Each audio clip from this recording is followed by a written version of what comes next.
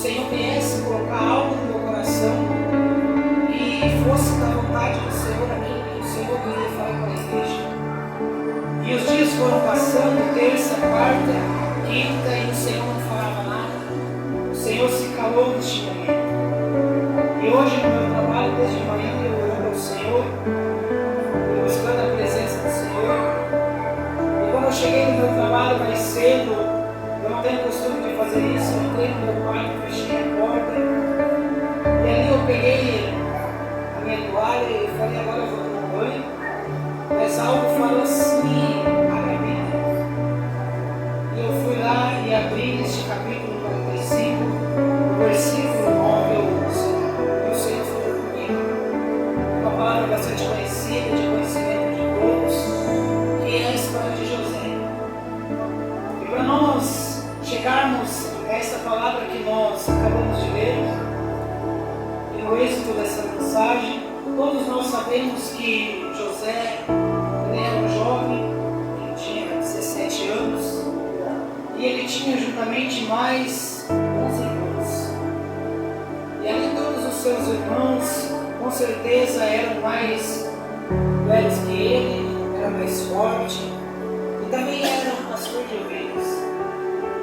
Mas o que me chamou a atenção no decorrer dessa palavra é que os irmãos dele tinham inveja dele, por ele ser o único, ou seja, o último filho, vamos dizer assim, o caçula do seu pai.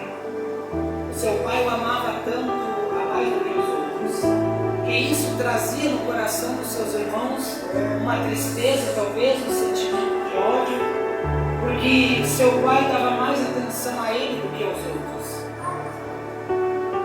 Então, para aumentar ainda mais a fúria dos seus irmãos, José ele era um sonhador. E o Senhor dava sonhos para ele.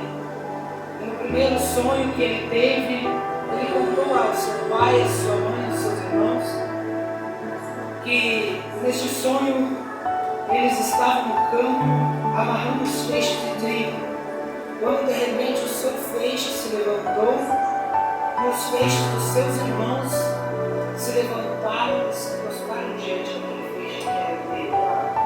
E quando ele contou isso, só aumentou aí a fúria dos seus irmãos. Aos nossos olhos, se nós fôssemos ver, eles deviam se alegrar, talvez não deviam, vamos dizer assim, demonstrar a sua ira, afrontar José naquele momento. E se passaram algum tempo e houve um segundo sonho que José teve. E ele também relatou que dizia assim que o sol e a lua e 7 estrelas, ou seja, 11 estrelas, se prostraram diante dele. Então agora até o seu pai se revoltou com ele, dizendo: será que nós, eu, sua mãe e seus irmãos, se prostraremos diante de você? Será que você será o rei que mandará em nós? E nós seremos escravos de você? Enfim, tudo isso só aumentou a fúria dos irmãos dele. Então agora seus irmãos saíram para pastorear o rebanho, levar as suas ovelhas, as suas cabras para dar o alimento. Então seu pai agora pega José e diz: olha, agora você vai de encontro aos seus irmãos e vai me trazer respostas. Você vai ver se eles estão bem, se os animais estão bem. Só que, ou seja, seu pai não sabia que aquele seria o último momento que ele veria o seu filho, porque algo os seus irmãos já tinham tramado no seu coração de fazer com o seu irmão, ou seja, com José. Porque seu pai tinha feito uma túnica, algo especial para José, para ele usar, e isso só revoltava cada vez mais. E nós vemos diante dessa palavra que nossas famílias muitas vezes não é diferente. Muitas vezes nós se colocamos na mesma posição que os irmãos de José. Nós questionamos muitas vezes, os filhos questionam aos seus pais, às suas mães, por que eles agradam mais a um, dão mais atenção a um que ao outro. E se nós vamos ver, irmãos, a inveja, ela vem desde o começo e ela traz somente a destruição. Se nós formos ver pela Bíblia, no começo, sobre Abel e Caim, quando Abel ofereceu ao Senhor um sacrifício, e Caim também ofereceu um sacrifício ao Senhor. Só que um sacrifício agradou o coração de Deus, um sacrifício agradou o Senhor, e o outro não agradou, porque foi oferecido de qualquer maneira. Então agora a ira entrou no coração de Caim, e agora ele levou o seu irmão para o campo, e ali ele ceifou a sua vida, porque ele tinha inveja daquilo que Abel tinha, o amor que Deus tinha por Abel, por seus pais. E diante desta palavra, nós vemos ainda que agora seus irmãos estavam à espera. E agora, quando José ia chegando de encontro a eles, talvez levando um alimento, talvez levando uma água para eles se alimentarem, eles estavam indo com uma intenção boa. E agora seus irmãos já estavam lá preparando algo para ceifar a sua vida, porque eles queriam matar a José. Porque talvez não está na Bíblia isso, talvez se nós fôssemos pensar, talvez eles imaginaram que se ceifassem a vida de José, tirassem José do caminho, talvez o seu pai daria mais atenção a eles. Talvez o seu pai prestigiaria mais e olharia para aquilo que eles estavam fazendo. Então, agora eles começaram a tramar contra José e jogaram ele sobre um buraco, e ali eles estavam tentando planejar algo para matar, e já estavam planejando e falaram: vamos pegar a túnica de José, vamos matar um animal e vamos sujar essa túnica de sangue e vamos levar para o nosso pai. Assim ele acreditará que um animal feroz veio para comer. Então, esse sentimento ficou no coração deles. Mas um dos irmãos deles não tinha o mesmo pensamento. Ele não queria derramar o sangue do seu próprio irmão. Ou seja, e ali passavam caravanas de pessoas, de medianitas que compravam escravos para levar para o Egito. Que compravam pessoas para ser escravizadas, para trabalhar, que eram levadas ao Egito, vendidas para trabalhar para Faraó, para o comandante do exército.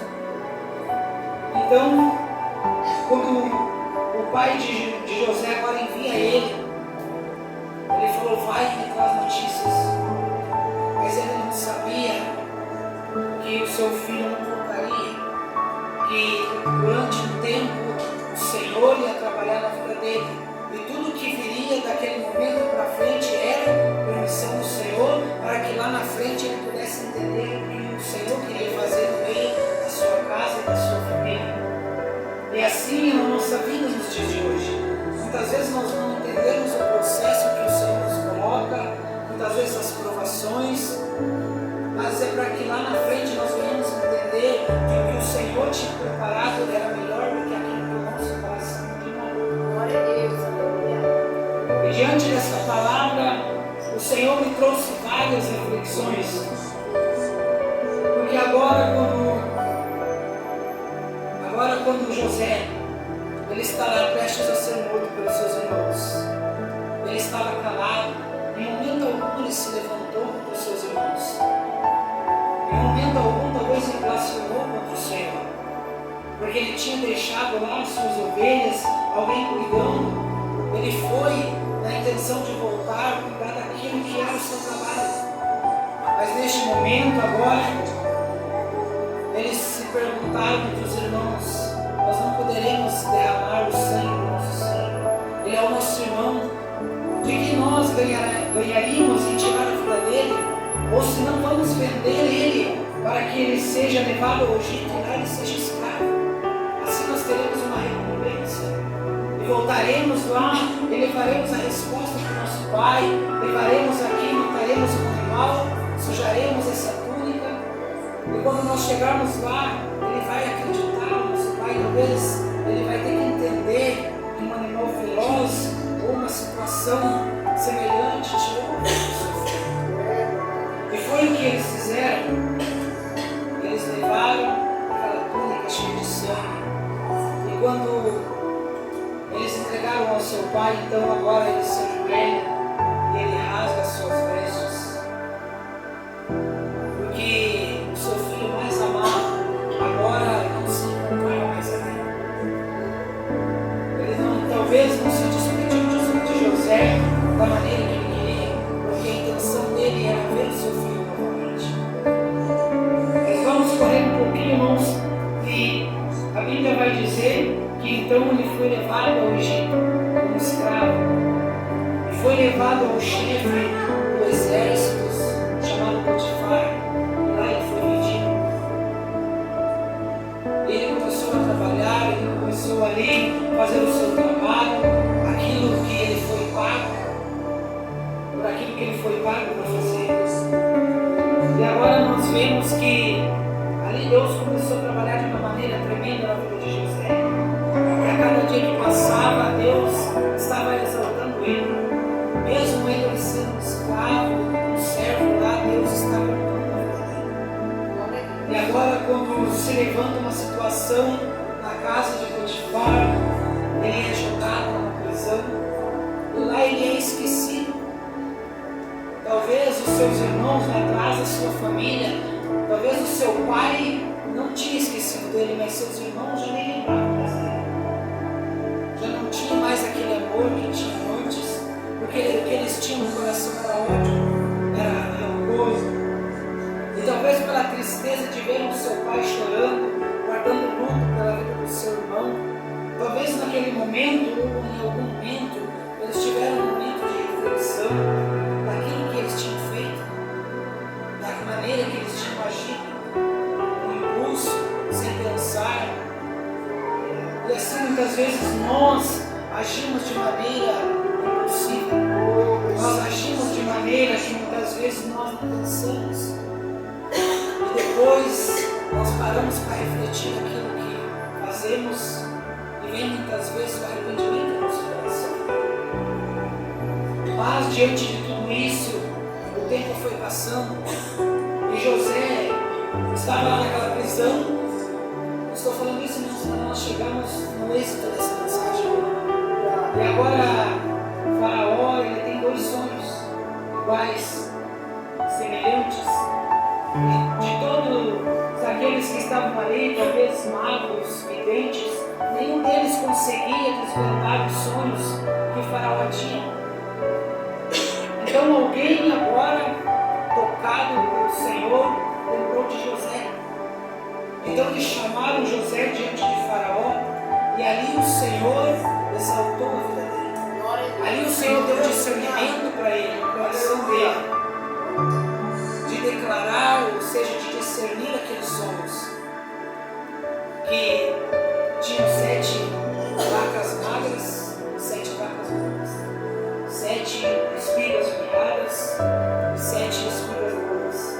Ou seja, os dois sonhos eram relacionados a um só, que dali para frente haveria 7 anos de fartura, aonde eles produziriam talvez 100 vezes mais aquilo que eles estavam plantando, colhendo, mas depois disso também haveria 7 anos de fome.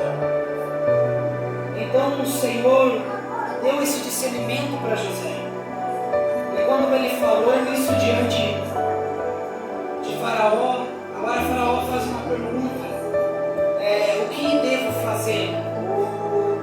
Agora o José, creio eu, tomado pelo Espírito Santo de Deus, fala: o Senhor agora vai escolher alguém de confiança, alguém que o Senhor confie e vai colocar para coordenar todo, vamos dizer, toda a colheita, a plantação. E durante esses 7 anos de fartura, o Senhor vai guardar tudo isso, tudo vai guardar em um local, vai armazenar, para que nesses 7 anos de fome que virá depois, nós tenhamos mantimentos, aleluia, para que nós não venhamos passar fome. E diante disso, o Faraó agora, vendo Deus na vida de José, fala: não tem ou terá outro homem como você. Glória a Deus. E se Deus fez você saber e discernir esses sonhos e tudo que você falou aqui, não tem tem outro com tanta sabedoria que possa governar tudo isso, senão você.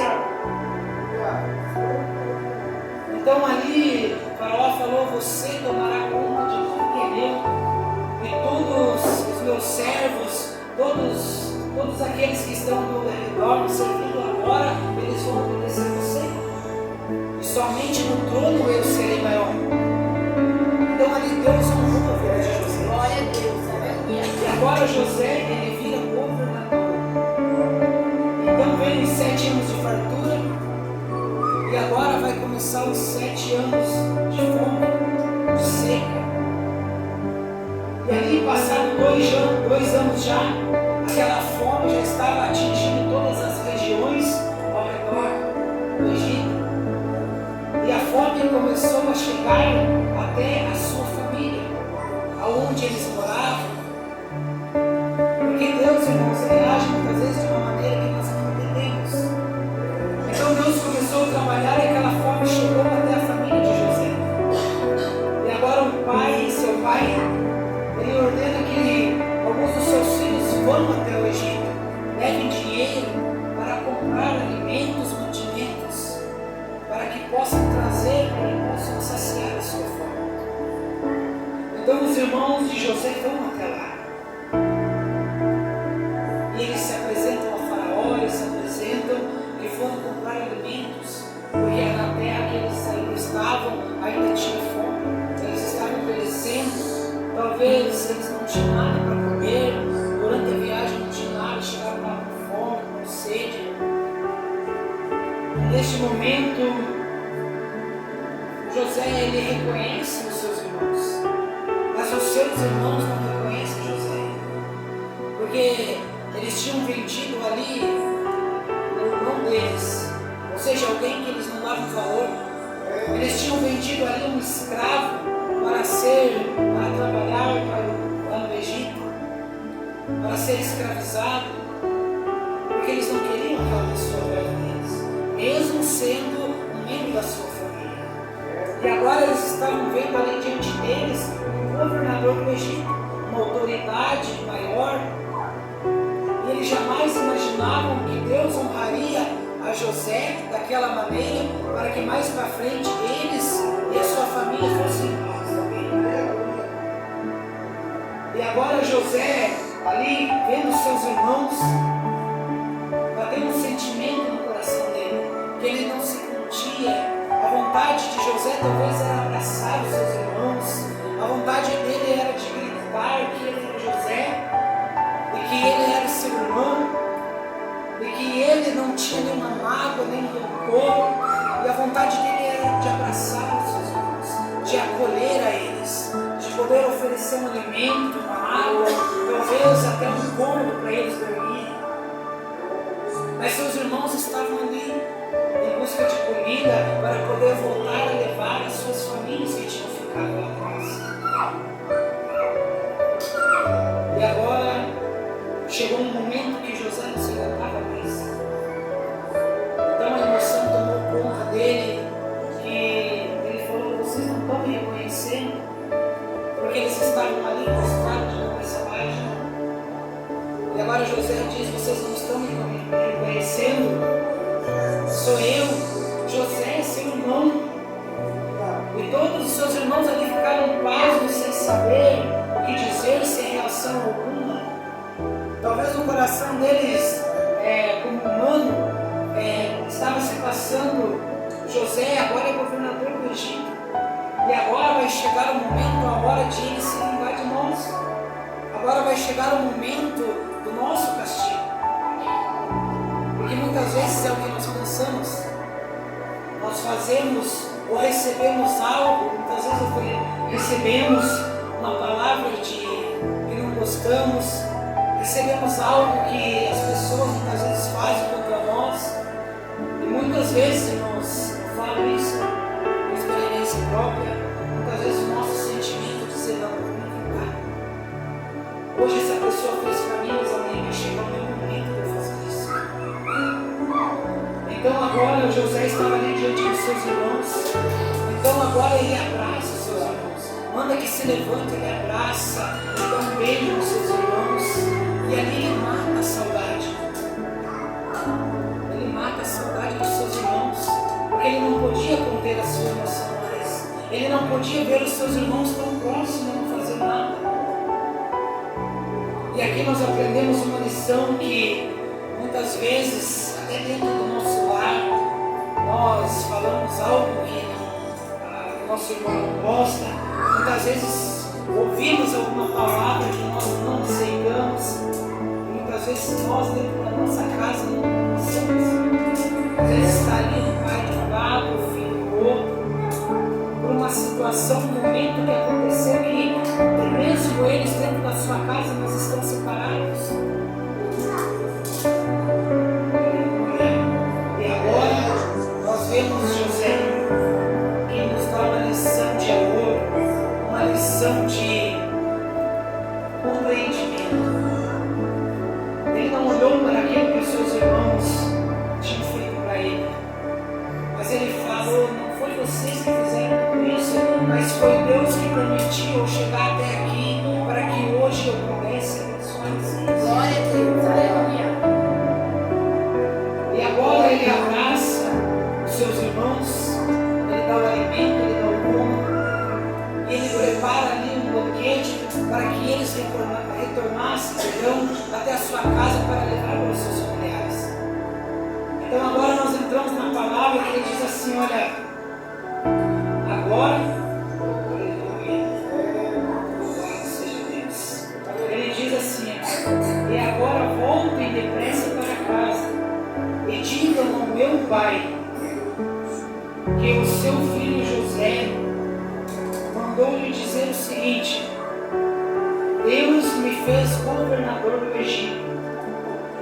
Venha me ver logo, não demore. Ou seja, José estava com saudade do seu pai.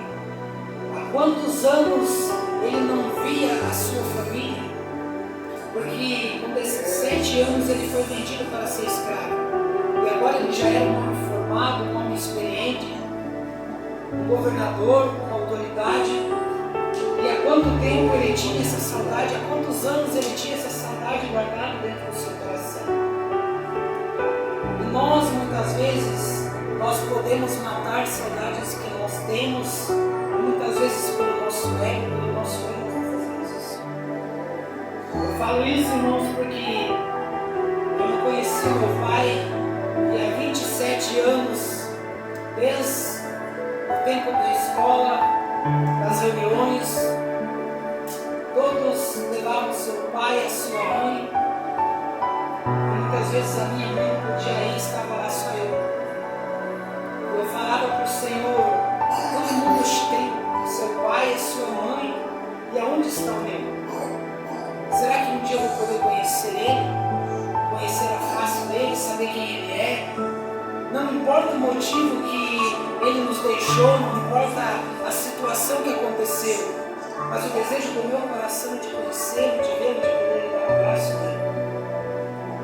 Então, depois de 27 anos, no começo do ano passado, Deus me amou, porque eu sempre orava ao Senhor.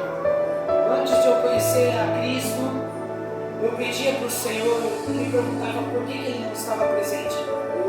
E depois que o Senhor curou a minha vida, eu orava: Senhor, não permita que o Senhor me leve dessa terra, não permita que o Senhor venha levar ele sem que antes eu possa conhecer. Porque eu tenho essa saudade, eu tenho esse ânimo dentro de mim, de que um dia eu vou poder chegar perante ele e dizer que não me importava como ele passou, mas que eu poderia dar um abraço dele, poder dar um beijo dele.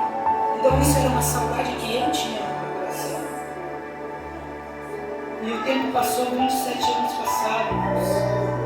E no começo do ano passado, os meus irmãos mais velhos que conheciam ele, eu creio que foi trabalhar no Senhor, trouxeram ele de Curitiba, onde ele morava, morar ali no município do Rio.